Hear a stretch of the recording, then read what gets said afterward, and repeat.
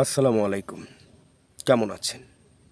ইলিশ মাছ এটি আমাদের বাংলাদেশের জন্য খুবই একটি গুরুত্বপূর্ণ মাছ এবং এটি আমরা খেতে খুবই ভালোবাসি এবং এটি আমাদের একটি জাতীয় মাছ। সেই জাতীয় মাছটা এই কিছুদিন আগে বলা হলো যে ভারতে এটা দেওয়া হবে না, রফতানি করা হবে না।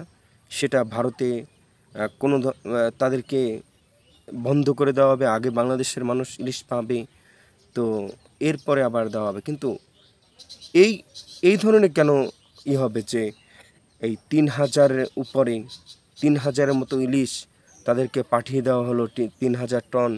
হ্যাঁ, আমরা তো বাংলাদেশের মানুষ এখন পর্যন্ত ঠিকমতো ইলিশ মাছ খেতে পারছি না।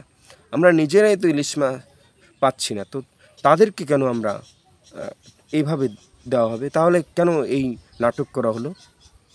কেন এই নাটক করা হলো যে ভারতকে কোনো ইলিশ দেব না, ভারতকে কোনো কিছু দেব না?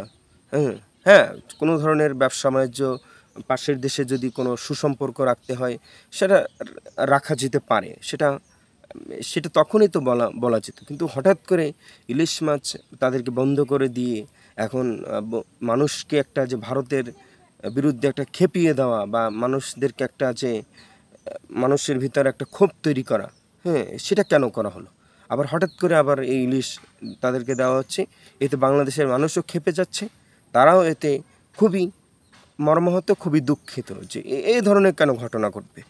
একই মুখে কেন দুই কথা হবে? হ্যাঁ, হয়তো ইলিশ দেওয়া বন্ধ করতে হবে, না হলে ইলিশ দেন, কোনো সমস্যা নেই, কিন্তু আমরা যেন ইলিশ খেতে পারি। আমরা যদি ইলিশ না খেতে পারি, তাহলে তাদেরকে কীভাবে আমরা ইলিশ দেবো? তো আমরা মনে করি আমাদের উচিত যে তাদের সাথে যদি কোনো ধরনের চুক্তি হয়ে থাকে, বাংলাদেশের স্বার্থের কোনো চুক্তি হয়ে থাকে, তাহলে সেটা আমাদের সবার সামনে প্রকাশ করা উচিত, প্রকাশ করা দরকার এবং সেটি অতি দ্রুত গতিতে প্রকাশ করা হোক।